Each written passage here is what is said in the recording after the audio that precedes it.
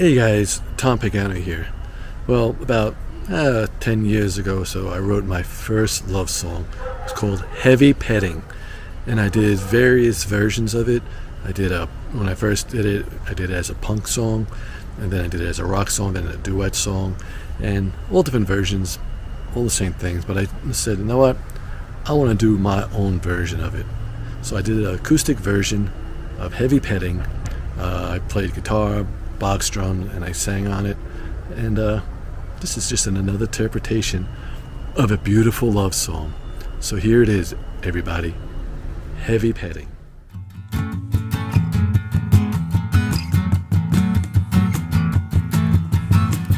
I don't miss no loving, and sex can be restraining.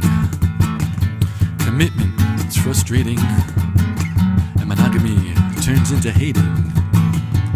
Dating is heartbreaking and leads to masturbating. Kissing's all I want because it leads to heavy petting. I don't love you, I just want some heavy petting. I don't need you, I just want some heavy petting. I don't want your heart, or you want mine. I just want to feel you with some heavy petting. I don't like spooning, it takes too much work and leaves me aching. I hate to commit, then you gotta move in, then you're always taking. After a while, the thrill is gone, and we're both faking. Kissing's all I want because it leads to heavy petting. I don't love you, I just want some heavy petting. I don't need you, I just want some heavy petting. I don't want your heart, or you don't want mine. I just want to feel you with some heavy petting.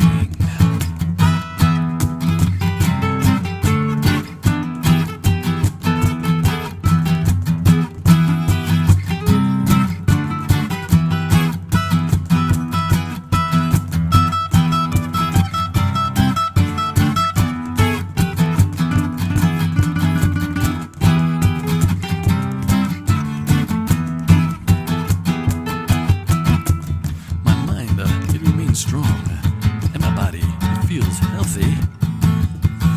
I got lots of money now, on my way. I'm on my way to being wealthy. What's mine is mine, because I was just true to petting.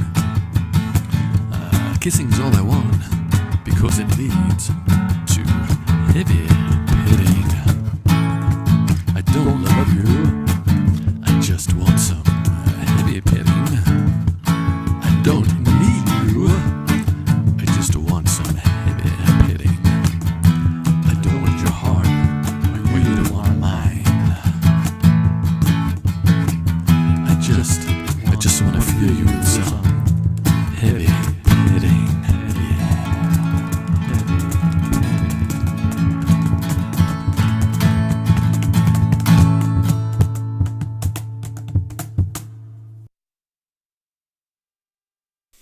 Oh well, hello my friends. How you doing today? Welcome to another edition of Let's Talk Music. Welcome back, all my friends, and to all the new people who are tuning in tonight. I am Tom Pagano. I am your host, and we are here to Let's Talk Music. Well, I wanted to open up with that song. That was the song I wrote years ago. It's no Paul McCartney's Another Silly Love Song, so I figured I'd go in a different direction and write a silly anti-love song. And that's what heavy petting is, and it has so many different variations of it, because when I wrote it, it started off as a punk song, just like power chords and in your face, and that when in the band people in the basement. My band back from years ago. That's how we used to play it, more as a punk. And then I did a duet version. Alice sang verse, and a friend of mine, Cody, sang the verse. And this was my first time I did something, myself. I said I'm going to do acoustic version. So that was that. But I want to get a little bit into, everybody has their own style of songwriting. If you're a musician, I'm sure you know that feeling, and you have your process. But just for some people that just are music lovers who don't play, I'll give you the process on that song. So basically, what I was doing when a lot of times when I practice, I do the fundamentals, and I just run around with chords. So I'm bringing my guitar. I'll bring my guitar in. Hold on a second. All right. So one afternoon I was just playing around, hitting chords, and I came up with this progression.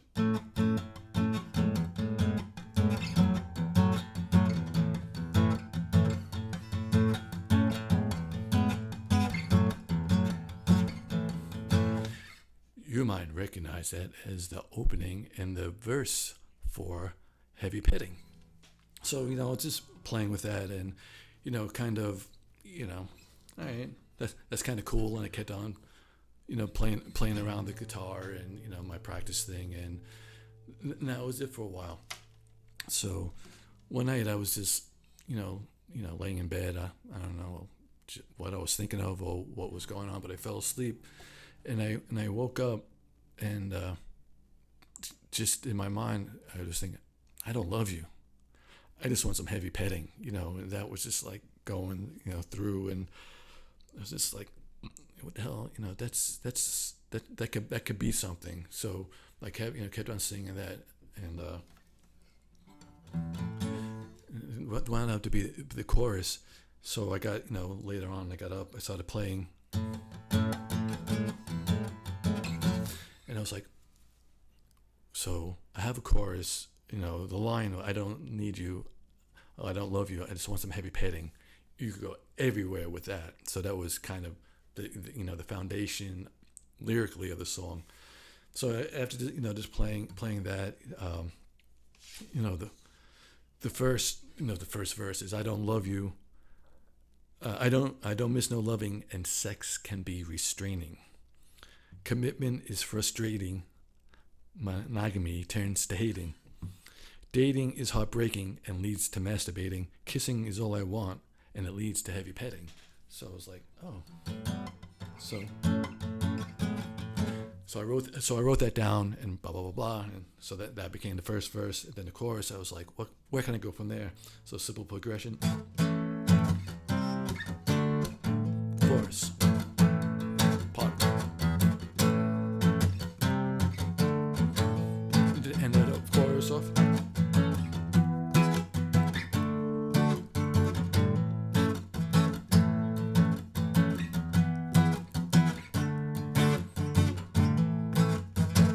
And that, and that's how the song goes. And there's the bridge and the guitar solo.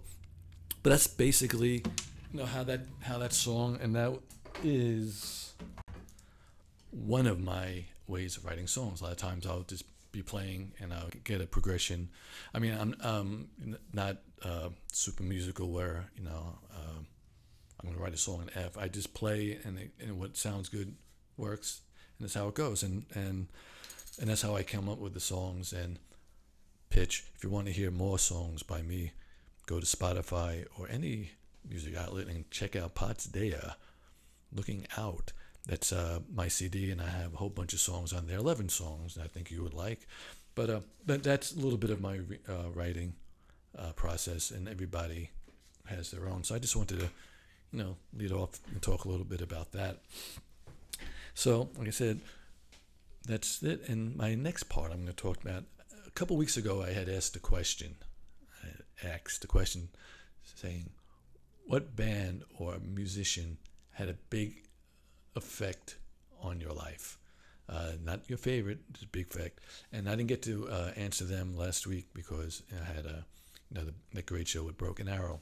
But I'm asking you again now. So guys, you could write me in and let me know what you think about that question and give me an answer. I'm not, just tell me. Again, this one that you think had a big impact. Like I told you, mine was Todd Rundgren, and I got one from Alice. And Alice, this is a 16-year-old Alice. She's how said the musician that had the biggest effect on her at 16 was Madonna. Madonna, she said, at that time taught her how to dance, how to sing, and how to be unique. And I guess that's true, would be true for a lot of people, because Madonna at the time in the 80s and 90s, Madonna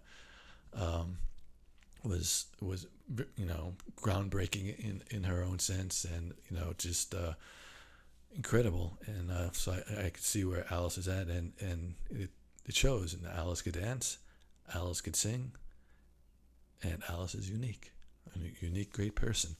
So that's that. So any other one who has any favorites or anything that they want to let me know, just let me know. You write up. I'll see your questions here on Facebook, or I'll see them hopefully on YouTube. But that's the question. So, but another thing I want to talk about.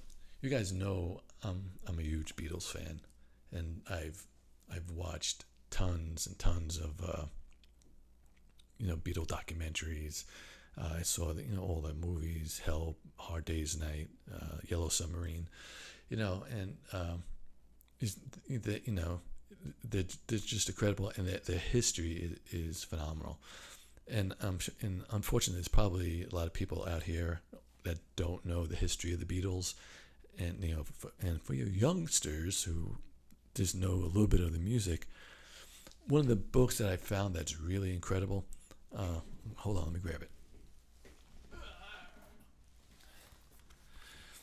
Is this little book here? I got, Alice gave it to me, she saw it, it was a cute little thing, but I started looking at it, and it gives you like an incredible true story, backstory about them. John, Paul, George, and Ringo were four friends from Liverpool who rocked the world as the Beatles. Each year, millions of visitors come to the bustling city in northwestern England to learn about the band and their musical dreams. And I have to say, when I was on tour with Bon Jovi, we played Liverpool, and we were actually there. We played the night of Paul McCartney's birthday, but the night before, we had the night off. I went to the Cavern Club, and it just was amazing. I mean, to be in a place where it all started, and I could think everybody too was kind of like, oh, it's Paul McCartney's birthday tomorrow, maybe he'll show up. Well, he didn't show up. He has better things to do than come back to the Cavern Club. But being there and feeling the vibe, and just seeing it, and it's a tiny club. And there was a band there playing the Beatles, but it's just seeing on the wall they had one of John Lennon's guitars, like guitars, and a lot of obviously Beatle memorabilia. But it was the original stage, it was the original club. The only thing that changed was the entrance. They just made it more accessible to visitors. But it was a crazy thing, and it was a big, what do you say, when a magical moment for me, to be down at the club and knowing John, Paul, George, and Ringo were there. But anyway, back to this book. It goes in. It tells the beginning of just a page. On each one, their beginnings, how they started. John, where he was born. How he lived with his aunt, Paul, playing piano, how he learned, he started off at piano, and his father used to play, and they all used to get together and sing, and got a little bit here. Then they had how John started the Quarrymen, and Paul liked him, and then he introduced him to George. I love this picture of George, and he gives a little bit about them. And he goes on talking a story about them, the whole thing. Anything you want to know about the Beatles is in this little book, and it's just amazing. And it's not for kids; it's an adult. It's for adults. I'm an adult, and I like this book, and it's easy reading. There's no really big words, so you get confused or anything. So it's written for people like me that have, language. It's kind of tough anyway. But I love the last page. This kind of, how they sum it up. For the next 6 years, the Beatles would give the world over 200 hit songs. They would be honored by the Queen and star in 5 movies. The Beatles would become the best-selling band in music history. But through all the triumphs of fame, John, Paul, George, and Ringo would always be friends from Liverpool who made their dreams come true. So, I don't. I'm gathering Alice bought this. I guess you could get this on Amazon. It's an incredible book. If you ever want, like I said, if anybody doesn't know all the whole story about the Beatles, this is it. You don't have to buy no big autobiographies. This will tell you. But get the autobiographies if you want something deeper and more. But anyway, so that's my bit of Beatle history. So people, looking for some questions here. Anybody have anything there? Let me see. Let me turn on the questions here. See if anybody is writing in. Nope, not yet. Let me get that off there. Don't like when that's on there.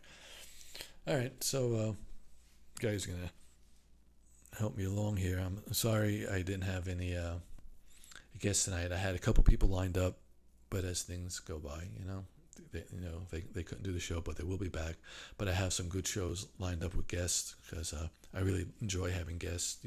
Gives you guys a little bit more understanding of what's going on in the music business. And like one week, we're gonna have a whole bunch of roadies here,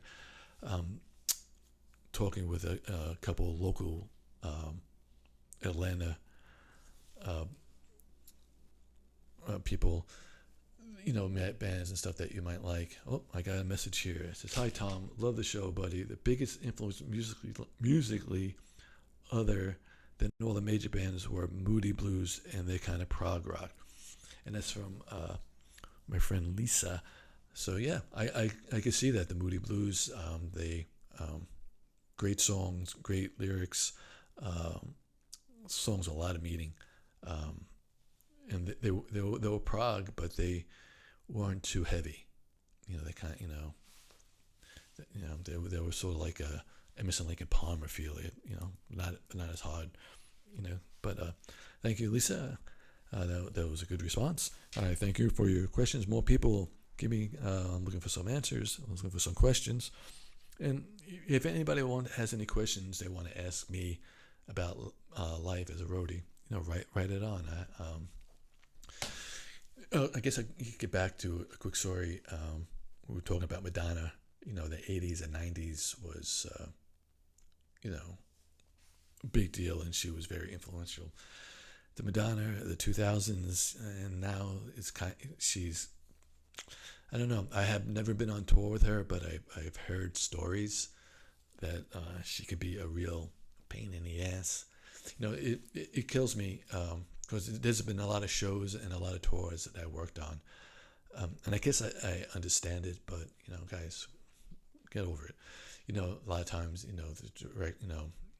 the management from the company will say, "I don't want any close-up shots, anything past here of his face because we don't want to show his wrinkles or blah blah blah blah." And it's just like, and Madonna was like that.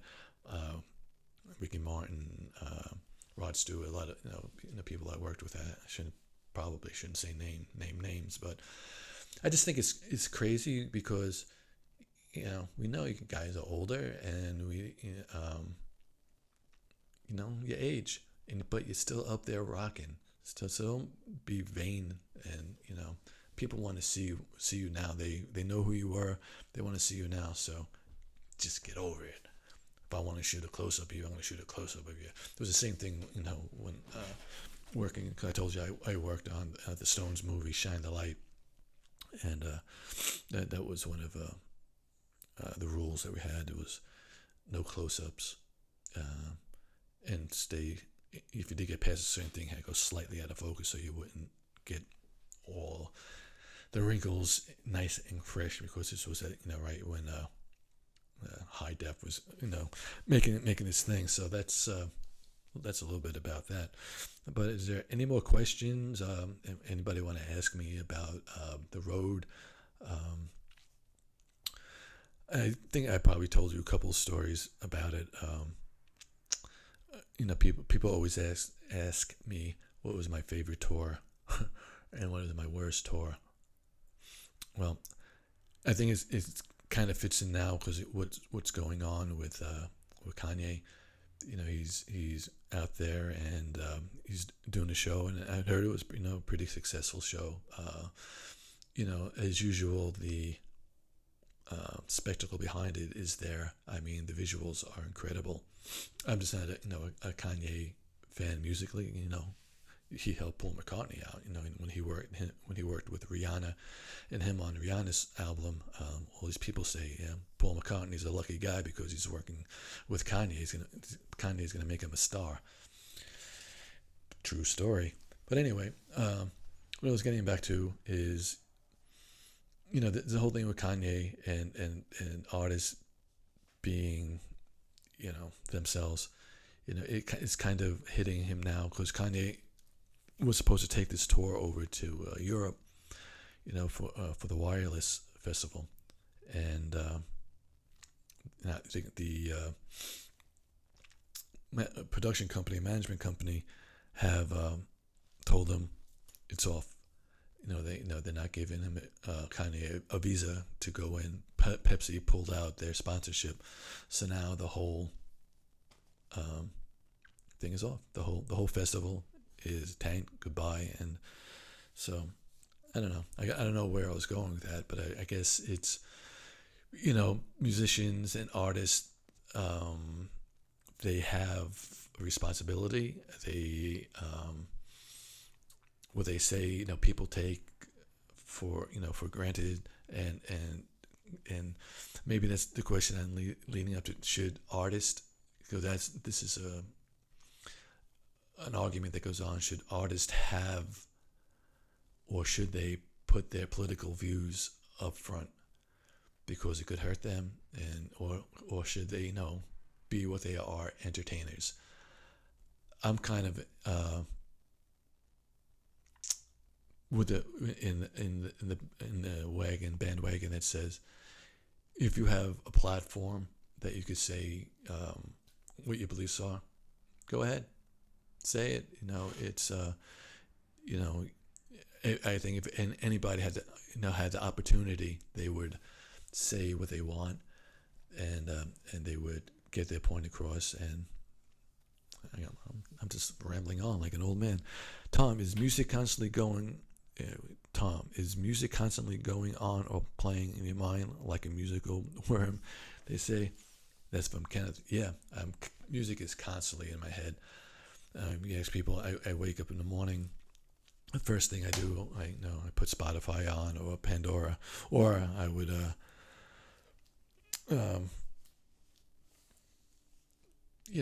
put something on, an album. I just need music, and then even while I'm not going, don't have it on, I'm thinking of a song or singing a song in my head, or a phrase will come up and I start saying, oh yeah, this is what I thinking about. And yeah, so kind of, it's true, it's like a worm. It's in there. It's not like a worm like Robert F. Kennedy had a worm in his head. It's like a music worm. It goes in there and it stays in there. It's a good worm. It's my music worm. It's my pet worm in my head. This is not a rebel song. This song is Sunday, Bloody Sunday. Yeah, you too. Yes, it's not a rebellious song. It's a song, a true song about a day, and I think it's important to say what you have to say, I guess, because no matter what side of the fence you are on, somebody has to say it. And it's but the upside is you have the opportunity to say it. The downside is you could lose a lot of fans because if they don't agree with you politically, that might just turn them off to you musically. But I think as an artist, it's worth the shot. But the thing with Kanye was it wasn't his political thing. It was really some crazy things because I toured with Kanye, and he's a crazy guy because what always go on, it's rap, and he had the show, and I think I told you, it was a big iceberg that was floating, and he would go and do the songs, and then like 3/4 of the way through the songs, he would stop the music, and it was all on me. He would go on with a rant, and even I look in, I see, in my viewfinder, I'd see all the other cameras are down, and I'm the only camera because I was his guy, and he'd go on for a rant, and it was just crazy. But anyway, I'm off of him. And there's another for Kenneth. Do you have a group or musician that you would have loved to tour with that you didn't have a chance to go on the road with? Well, obviously it would be the Beatles, but that wouldn't happen. But I did get, like I said before, I did get to work with John and Ringo, so that was kind of fulfilled. Todd Rundgren, I did have a run-in with him. I didn't tour with him, but when I was working audio at my father's place on Long Island, I was mixing for the Psychedelic Furs, and it was right when the Pretty in Pink album came out, and I believe Todd Rundgren produced that, and he was playing in Manhattan at the time, and Roslyn is just like a stone throw from Manhattan, and I'm doing sound check, and who's there? It's Todd Rundgren. So it was kind of nerve-wracking. He was just there for the sound check, came out, and went and did his show. I did the psychedelics show, and it was crazy. But it's a tough question. I don't know. I've said it before, but I can't. It's kind of putting me on the spot. I can't think right away. With that, who I'd like to tour with. Let me think of that. Let's see if that comes back. I have something from John Mount. They are young.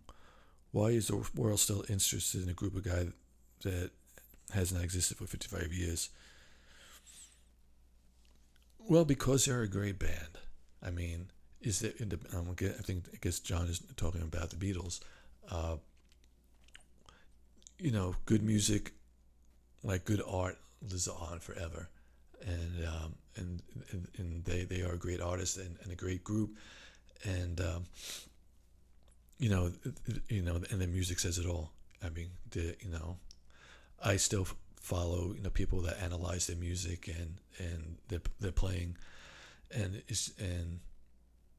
I used to think at a young age, well, they're just four guys who aren't great musicians who just were at the right time, and just made the right thing, but they were they were ahead of their time, and it's sad because I don't think now there's going to be, who are you going to remember now 50 years or 20 years from now? There's not many bands that have that staying power. I couldn't even tell you a band that's out today that I will remember tomorrow because I don't remember today, and I listened to them yesterday. And that was, that comes up to another thing. I had Spotify. I always go to play my blues stuff up there, alt rock. And the other day I just figured, let me try something new. So I put on new alt music. Just didn't get it. It was so cookie cutter, and I after a half hour I was just kind of like, all right, it's the same thing. It was the same production value all the way through. So. But then again, I went on another one. I just like early, current punk from around the world, and there was some really good stuff out there, and there is really good bands out there, and it sucks that we have to go searching to find good music. Hey, Jose, give me a call tomorrow. You know what that's about. There's music out there, and it's tough to find.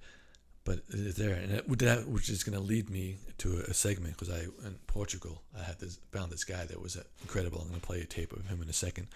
Let me see. I have some more questions. Paul and Ringo, not John and Ringo. Oh, did I say so? Yeah, I worked with Paul and Ringo. Yeah, thank you for correcting me. See that? It's always somebody got to be watching your back. Do you like Brian Ferry? Probably spelled it wrong. Yep, I like Brian Ferry. Avalon, I think it was a great album by him. He just he has a kind of very melodic, eerie productions value, and I always liked him. And he was one of those bands that artists that you would just kind of lay back and listen to his music.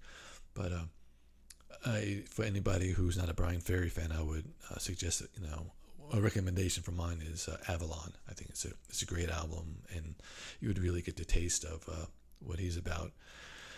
Did you ever party with the groups that you roadied for? Well, Rihanna was the end of the U.S. Run. It was 2016. It was the anti-tour. We had just did the last show in Atlanta, and we were packing up, getting ready to go to Europe. And so we had pack up. Then we had 2 weeks off, and then we meet over in Europe because everything had to be shipped over there. So I think I told you the stories once before, so I'll go through it quickly. I was loading out, and Jay Brown, the owner of Rock Nation, came and tapped me on the shoulder and said, "Tom, come with me." And so, to make sure short, I went over and had a few beers with him. There was Jay-Z in the crowd, and all of Rihanna's dancers and people, and Beyonce and so on. And he said, "Come with me." And I sat down, and Rihanna came out, and I was sat drinking a beer, talking with her for about a half hour, and after a while, I kind of felt guilty and went back. But so I don't know if that qualifies as partying with them, but yeah, I did have a drink, and from that thing, Rihanna asked me if I was going to Europe, and said yes, and she knew because I was handheld in front of the stage, so it's kind of cool throughout the rest of the tour. Whenever she did Umbrella, she would run by and give me a low five, and we didn't hit hands, but she would just go down, and I was there, and it was a special moment during the tour. Anyway, so that would, I don't know, like you say, if that qualifies as partying, but I'm trying to think if there's anyone else. Santana pulled my beard. That doesn't qualify as a party. Maybe it does. No, but I can't think about that one. I don't think there was any more partying going on. But anyway, let's get a little bit more into music. We talk about. I was talking about different styles of music, and when we lived when I was moved to Portugal, there was a club it's called Prohibition Bar. And it was kind of cool because inside, it was one side it was a bar, and then it was like a little restaurant, and they had music. And then out back, they had a stage for they had concerts on the good days, and and little festivals, and there were a lot of good bands that came through there. And there's this one guy, Rob, the little box 4-string guitars. It was just awesome, and I wanted to share his video with you just to give you an idea, and show you that there is still good music out there if you look at it. So here's Rob from Portugal. So check this out. It's coming. Oh, and here we go.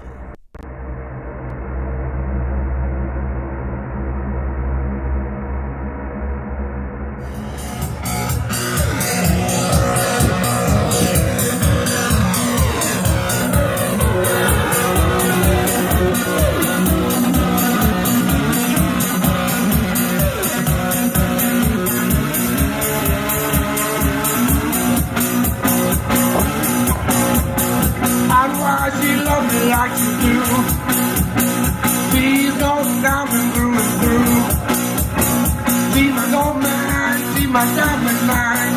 She's my baby, don't you know it's true? I don't want she love me like she do. I don't want she love me like she do. I don't want she love me like she do.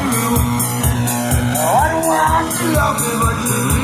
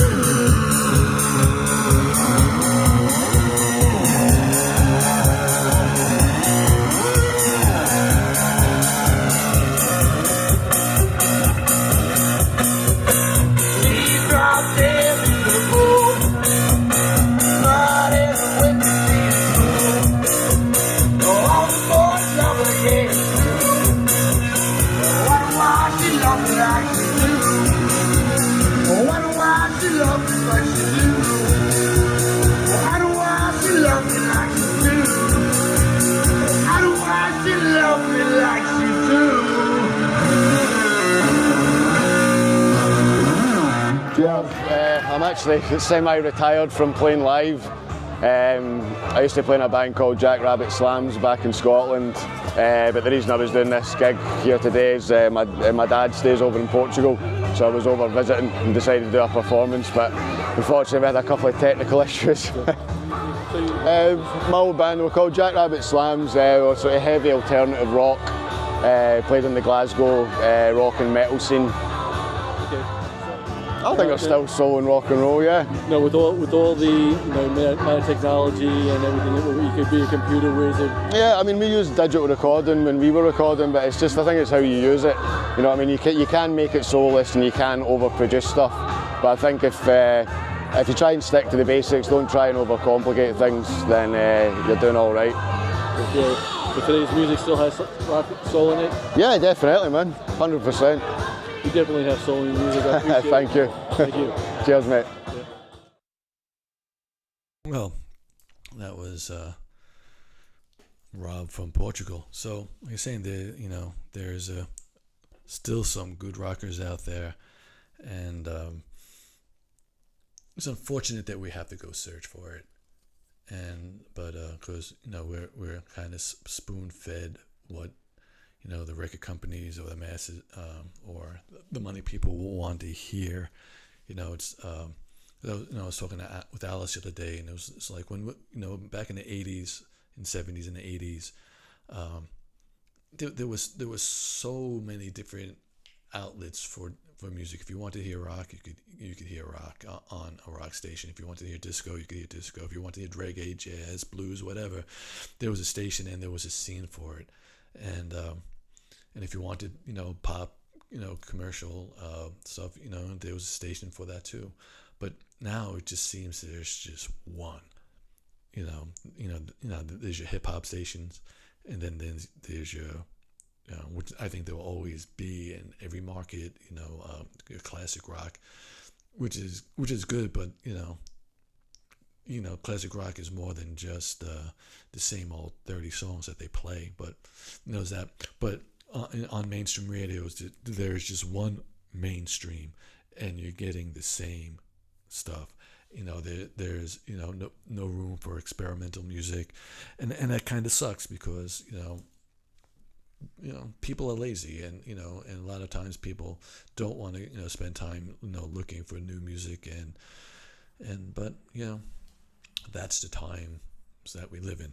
So with that, I'm going to lead into a little thing. I'm a entertainment mogul who doesn't make any money, so I'm a goal take the money at a mogul. I think that doesn't work anyway. I have a couple things happening besides this podcast. I have a channel on Roku and Amazon Fire called the Entertainment Window, and on there I like to bring some of this music that local bands, stuff that you won't see or hear on a regular radio. So you could go. It's a free app. You just go to the app store in either one of them, and just add it to your Roku channel, and it's always there. And I try to update it a couple times a week. From footage, I have about 7 hours of original entertainment up there now. So do me a favor. Do me a favor, and hopefully you like it. Do yourself a favor, and download. If you have Roku or Amazon Fire, it's a free app. Just add it to your store and check it out. I think you'll be pleasantly surprised. And also, I'm trying to build up my YouTube channel. So go to if you're watching here on Facebook, go to Alto Pictures Presents and subscribe. And if you're watching me here, hit the subscribe button. Let's build a subscribership. So let's make a movement, man. Let's make a movement, bring in good music, good entertainment. Doesn't have to be rock and roll. It could be jazz. It could be blues. Let's have the Let's Talk Music movement. Okay, that's my new movement. Sounds good. I have another from Kevin. Says, thanks. Your Broken Arrow show was very cool. Love the 80s. Lots of transitions were happening. Yeah, those guys are good, and I want to thank them again for showing up. They showed up on a short notice, and like I said, they're great friends, and they're still out there playing, and we'll catch up with them again. And I think some of the bands I have, Cat Fight, who some people might be familiar with from the Atlanta area. They're all female punk band that's been around 30 years. I'm working to get them on. Taz, who it's kind of interesting. I worked with him when he was 10 years old. He played in the Battle of the Bands that Alice and I produced, and now this guy's killing it. He's played with everybody. He's played with Buddy Guy, Joe Bonamassa. He played with a lot of people. Did a couple of shows on Broadway in New York. So I'm hoping to get him. Lene I'm sorry, but I can never pronounce your last name. But she's a rock and roll star from here also, and hopefully I'll get her and Amy on, talking about their band and their projects. And hold on a second, I have another message coming. I get so excited when the message comes in. It's because it means people are watching, and if people are watching, it means I'm not talking to myself, which I kind of like. But I'm not seeing many people on Facebook, but all right. All the major radio stations are owned by big media conglomeration. Yes, that's true. And and all the songwriting comes from this cookie cut. I heard the story. Was it Norway or somewhere? Denmark, somewhere in the Nordic country. There's a guy that's pumping out all these these songs and selling them to the corporations. But anyway, rock and roll will never die. It'll go through metamorphosis, but it won't die.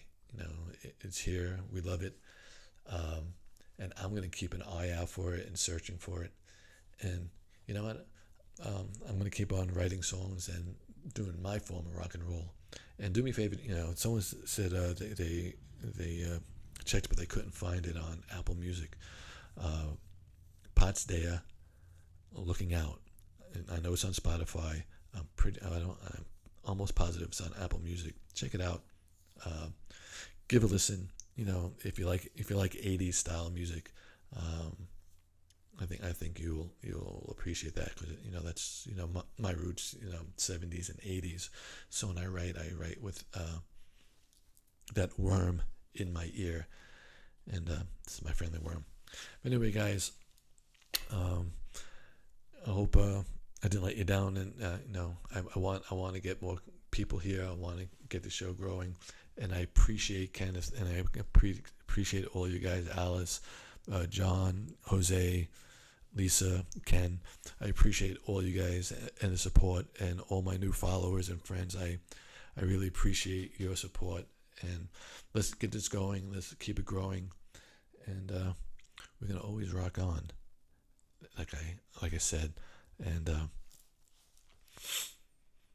this is a question I always ask, and let me see if somebody could write back. And Woody, always writes back. Music isn't a thing. It's in your body, but is with how I picked on music today. Is there still soul in rock and roll? Has modern technology dumbed it down? Has it maybe took the soul from here and put it here, put it in your back, moved it around? Is it less important? Is hooks and production more important than soul? Is perfection better than soul? Is there soul in perfection? I know I could go on, but anyway, that's a question I'm going to leave you with. Think about that. Write back to me, and still, I'd like to see more of your influences. So that's going to be an ongoing question I'm going to have for you guys, and until I get my fill. Tom, what was the absolutely most crazy rock and roll happening that affected you personally?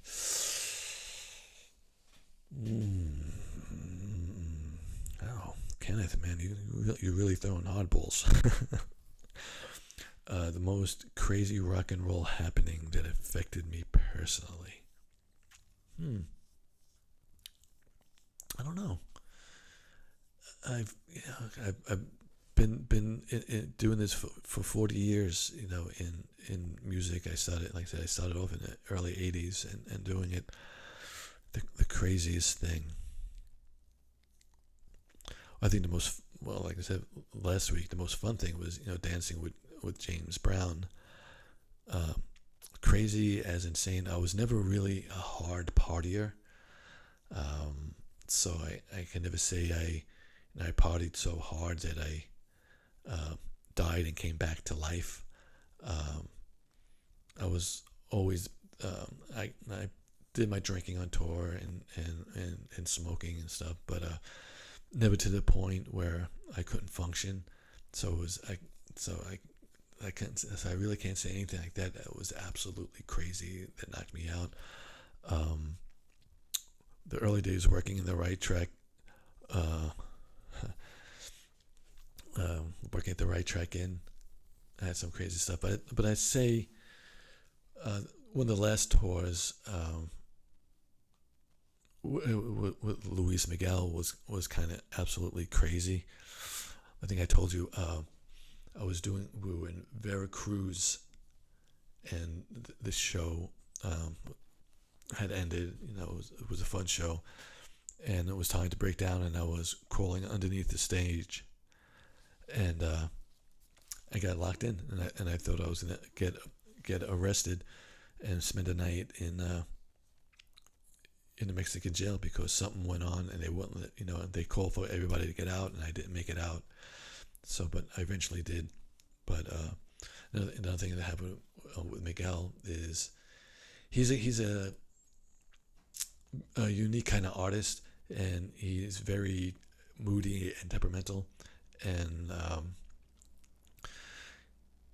one show he didn't like the monitors and how they were sounding in his ears and on the stage, so he got his microphone and threw it at the monitor guy and hit him. And the monitor guy, if they said, all right, the rest of the tour is to pay for that lawsuit. So that's a crazy thing. But me personally, there's I can't say there's anything that I remember doing crazy. Down in Brazil on my first Bon Jovi tour,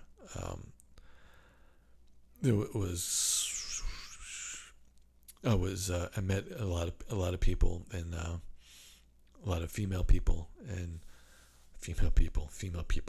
ladies, and we were warned about that, and don't pick them up because you can get in trouble, and things go on. And so I never got in that, but I did meet a lot of good friends. Someone had searched me out, and we're good friends to now. Every time I go down to Brazil, we meet them. She knew I was on the crew, and we set up to meet. We had drinks, and we went out to dinner, and we became really good friends. And from her, I met other friends. So that's kind of crazy, I guess. Meeting strangers and turning into long-term friendships, which I have with them. But I never threw a TV out of a hotel window. I never put cherry bombs down a toilet bowl in a hotel. I never, that I remember, really destroying a hotel room. So yeah, I guess I was kind of boring in that end. But I always had a good time. I always had a good time with the bands. I always had a good time with the people. I always, a lot of times when I'm shooting live, I'd be down in the pit and I'd be surrounded by, the fans, and it's always a lot of fun to interact with them. I'd always go out there a little bit early and talk to the people in the crew, and they would, ask me the usual, what is it like working for them? And it's always fun to build up, a good rapport, with the crowd, and then at the end, can I have the song list? Give them the song list and everything. But yeah, that was, I guess, the craziest time. But anyway, guys, I love you. I mean, this is so much fun.